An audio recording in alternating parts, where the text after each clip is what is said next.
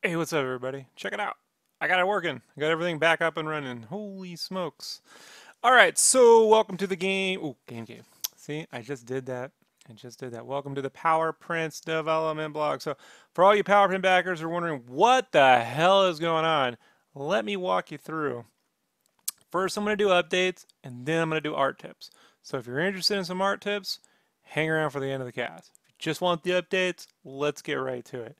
So, I'm going to there's the small screen, then I'm going to bring up the big screen. Okay, so this is my current Darksiders piece. I've gotten so far on Death, which we got to this week. So we got the 2 Reaper blades done and his top half. Um, and the left to do is her and the other guy and some plushies. So what's taking so long? Let me explain something to you. So in December, I took on some video game work. It wasn't something I pursued, but I was asked to participate last year in Spyro, the Reignited trilogy, uh, to which I I had to say yes, right? So what happened was is that basically ate into every day of my life for the till around August. So about 8 months.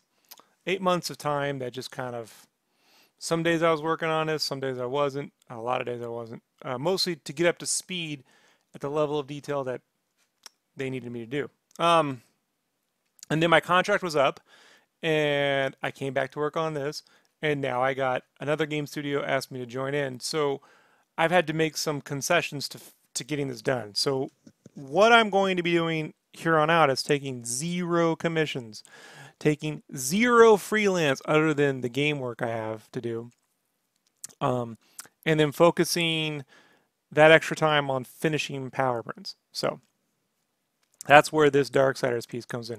Now I have refined a lot of my workflow to speed things up. Case in point, when I was doing the Final Fantasy IX and the Final Fantasy VII piece, it was basically a version of drawing this almost complete and then printing it out and inking it by hand, then scanning it back in, stitching the artwork together, then doing flats, then doing rendering. Now I'm just doing all digital to get it moved on, and you can see it's not particularly, it's not super rough. It's fairly clean, but you can see here it's still rough. It's rougher, but it's working. And a lot of this comes from the work I've been doing in games to help speed along the process. So you're wondering, Rob, will we get power prints by Christmas? No. You'll get the Darksiders will be done before Christmas. And then I got to move on to the X-Men. That's a 2-piece set plus the Deadpool. Then after that, I got 4 other pieces to do. I got Power Rangers, Kingdom Hearts. I can go look this up, but let me see. Let's see if I can remember it. Kingdom Hearts, Final Fantasy. No, wait. The Final Fantasy 6 is an extra. Shiza. You know what? Let's just go look. Maybe I have less to do than I thought. So, oh, here we go. Dragon Ball. Nope, that's done. Yeah. So Kingdom Hearts 2, Final Fantasy 6. So after the X-Men, it's just 2 more, or sorry, 3 more. And the reason why is I've replaced the Dragon Ball Z. You remember this one? This is my initial layout. I'm not doing that now. Instead, I've replaced that with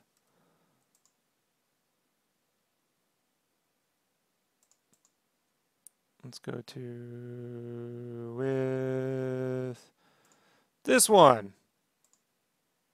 So the Dragon Ball Z is this piece here.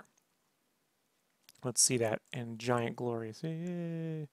So now every character is on there in some form or another, and that's the way that's going to roll. So, okay, now how do I finish the X-Men and all those characters? And if you want to remember what that one looked like, let's go take a look. Let's go to the X pack. And let's just take a quick look at these two. So here they are. This was an Age of Apocalypse and an X-Men 90s piece. I'm going to finish that in a simpler style than I've been doing. So it's a more refined version. I'm calling it scribbly style. And it will look like this. Let's do a zoom in. There, it'll look like this. That's what it's going to look like. So imagine this looking like that. And really, you can kind of see over the years I've developed, like this was an initial version of that kind of look, just too loose. So you can see where I've made progress on. I mean, we started roughies looking like this. Then they got to this. And after 2 years of working on this stupid thing, we end up here. So yay, Rob. But that's it. That's the big dealio, the big update. And then we've all learned again our lessons in life. We don't do 40 stretch goals ever again, right? Right. I was gonna have Brandon on to talk about this, since he's been there since day one, but he's MIA, so no Brandon. Now, let's talk a little bit about some art tips. Art tips. So for those that have hung out, check this out. So here's how I'm doing a lot of this stuff. This is the semi-clean version. I'm working in Photoshop CS5, and I'm drawing the majority of this with a basic round brush. There's nothing special about this brush. It is a basic round brush. Let me just go to brush. All right. The only settings I've done is I've just turned on a few here. Shape dynamics, pen pressure, scattering set to 5. That just smooths out the lines. Turn on the transfer, and I click dual brush. Nothing special there. And smoothing. What I do is I just take the opacity and I turn it down to about 70% when I draw, or 68% around there, 60s, 70s. And then I take the eraser and I turn that down to about 76, 75, somewhere around there. And we'll make sure that's a roughie. So watch. So when I'm drawing, it kind of looks like this. Let's turn that up to like 73. And when I erase, it doesn't quite erase all the way.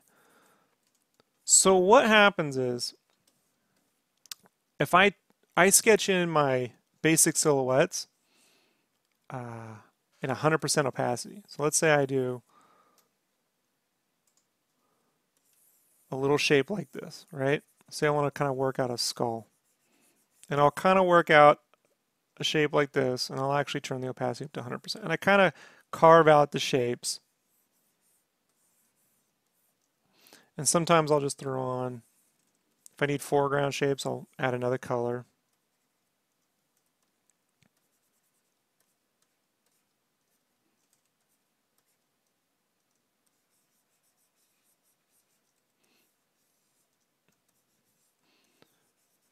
And I sort of just refine these silhouettes. And what I do is I turn the opacity down, and I generally make a hue saturation so I can turn it red, because I draw on red pencil, so this is just because I'm used to seeing red underneath, right? And then I go back to my basic brush and I turn the opacity down to 73% and the eraser down to 76, let's say 78.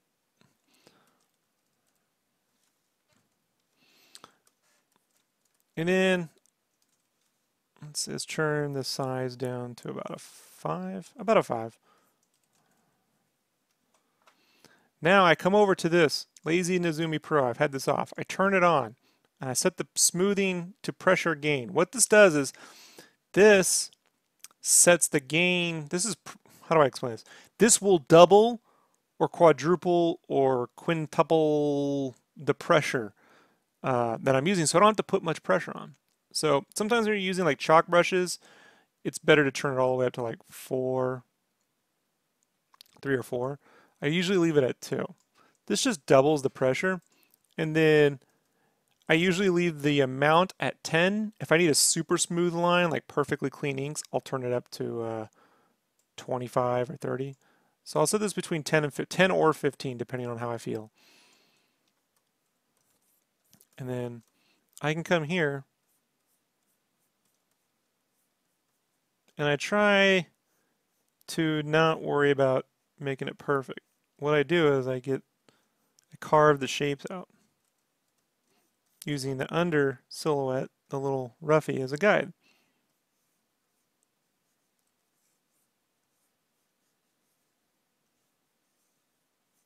And then I'm erasing on one layer. And what this does is, because it's at 78%, I'm getting all these extra bits in, which adds to the drawing. Doesn't make it so clean. So as you color it, you get some dimension to these lines that you normally wouldn't have.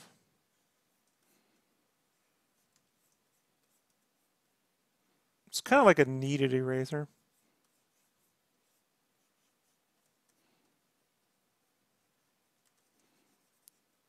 So we can come over like this. And you can see I'm just sort of blocking in these shapes. And now, as I do the X-Men stuff, what will happen is at this stage, like I'll go in there and make sure the faces are pretty good, but everything will get like this kind of level of rendering. Not a ton. Like those Youngblood pieces are pretty loose, or more like this. But on this particular Darksiders piece, what happens then is when I'm happy with it, I turn the brush up and I do, I'll turn this up to like 90%, so it's semi-transparent. And I'll come over and add like just thick and thin.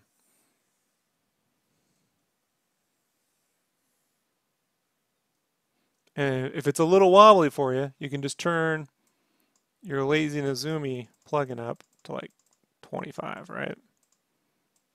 To keep it nice. And you're going to get some slowdown, but it'll smoothen it out. See?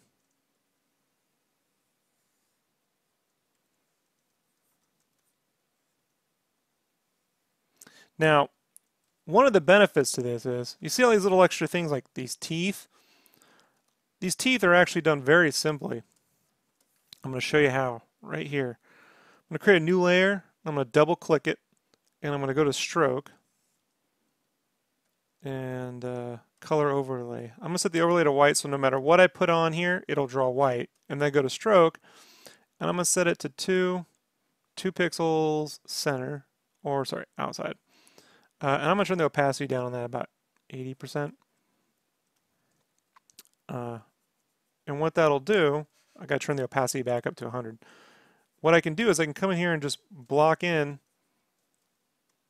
It's doing that because, okay. You can come here and block in the little teeth. I'll turn my Lazy Nezumi back down to 10 because it's a little much at 25. Let's see, it gets quicker. And then I can just sort of carve out the shapes.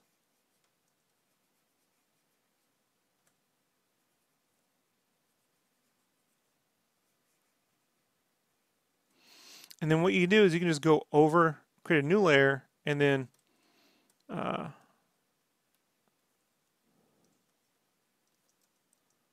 clean it up. So I can add like these bits if I want. We can turn that off. Get rid of some of those lines.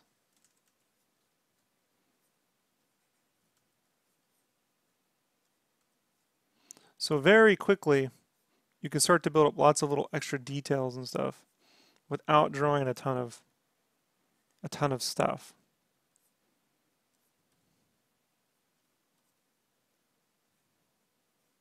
You kind of get the idea. Now, I like it softer, a little less in focus. So I draw at lighter opacities. That allows the brush to be semi-transparent and have little scribbles. Sometimes I'll use a painting brush could kind of add a little bit of like halftone here, right? Wash. But if you want it sharper and cleaner, super simple trick, folks. Just take all your lines and merge them. And then all you have to do is go filter, sharpen, unsharp mask, and set to 25%. And see that? It gets cleaner and sharper. You can do it one more time, Control F, and sharpen it one more time. And you can get your lines pretty clean. Look at that. Look at that. Right? Now, I like it a little softer. And see, it's unnoticeable, but some of us have, what do you call that? Sometimes when you're drawing, you want to see really clean things. So to give you an idea of how soft you can get those lines and they still look good when they're colored, I'll show you the project that I used to test this out on earlier this year. So I did this Valkyrie cover, and I'll show you the line arts. So these are the line arts for this cover. Right? And I'm going to zoom in here, and you can see how soft this is. The image resolution is just 2000 by 3000 pixels at 300 dpi. It's not a lot of resolution, but it keeps things looking soft. See the semi-transparencies? I didn't even clean up these lines too much. And that's because when I sketched this stuff in, I erased it on the same layer and drew over it, and that keeps all these little bits. It keeps all that stuff in there. And look how not perfect these hands are. Look how rough that stuff. It's got these little extra bits and stuff. Now, let's look at the colors for this piece, which I colored myself, so I know this works. Final colors. Same exact lines. I didn't erase anything. See, those scratchies are in there. They're in there. I didn't erase anything. I didn't take them out. You know, I just left all that stuff in there. See how pointless it is, making everything look 100% perfect? Pointless. And I've done it. I've made it 100% perfect. It's taken me 10 times longer. So it's finding this, what I call perceived difference, perceived value, like what's the perception? If no one can really tell a difference, what's the point? You know, unless you're trying to prove something to yourself. So this obviously is not enough. This is enough for a thumbnail, but not enough for a print. I know because I've printed it out and no one bought it. It's not enough. This is still not enough. It's kind of close, but not really. You know? But the Valkyrie cover that I did is a little much. It's still a little bit more effort than I'd probably like. But if we go to, where is it? Should be in, gosh darn it. You know, folks, sometimes you'd think I'd have this stuff ready to go. Rob Draw Dev, is it in here? See, sometimes even I don't know where I put shit. It should be in the Rob Fun folder. Rob Fun folder is where this nonsense should be. Huh. I'm genuinely confused. Okay, well, we'll go back. This right here. So it's somewhere in there, folks. I'll dig it up. This, I think, is acceptable. So this is the, between this and the Valkyrie lines. This was fully cleaned up digital pencils. And it's just, it took too long, and I don't think it looked as good with, so, you know, folks, it's just working this stuff out. That's what we're doing here. So there you go. This little trick is how I got all this stuff done. You can see here in these skull lines, these little extra gray bits is just because I erased it and then drew over. See, this semi-transparent, it's because this is, I drew at 80% or 73% once, and then I added these lines on top, and it gives it transparency. You know, when people ink with traditional inks, the ink isn't usually opaque. It's semi-transparent or translucent. So you want some translucency to your blacks. When they're really perfect, I think it looks fake, like it looks computer generated. So see those little bits and stuff? Little bits. So that's how all of this got done, and I can prove it because if we just go right down here to, what's a good example? Oh no, you know I merged it. So I merge as I work downward, folks. So let's see. You can kind of see something that I didn't keep. I was adding little extra rims right there. And I did that with the stroke layer. Really beats having to draw 2 lines. You just blob in stuff and you get some lines for it. So there you go. That's it. That's the big update. Let's turn that off. Now, this week, I will not be working on this guy because I have to power through my last commission of the year, which is a Sonic and Knuckles color pencil piece. It's just the way it works, folks. So after the Sonic and Knuckles commission piece, I will not be taking on any commissions until either my game work is complete or Power Prints is done, whichever one comes first. So no more delays in production. But that's the big update. Any questions about inking or anything? Anyone in the chat room? Anyone got any questions? Y'all good?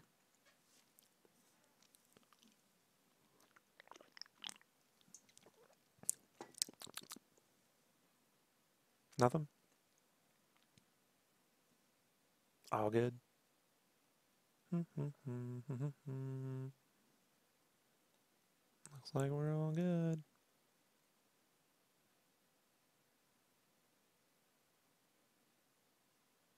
Okay, I'm going to assume everyone's cool. If you have any questions later on, just leave them in the comments below or send them directly to me, and I will answer them. Hopefully, in the next few weeks, we'll be able to do art tips as well. So if you have any specific questions, art tips wise, I can always make a 20-minute art tip video. So not a big deal. I'm going to head out of here, folks. I got to go. Got more stuff to do. Thanks for your patience, everybody. We're getting it done. Peace.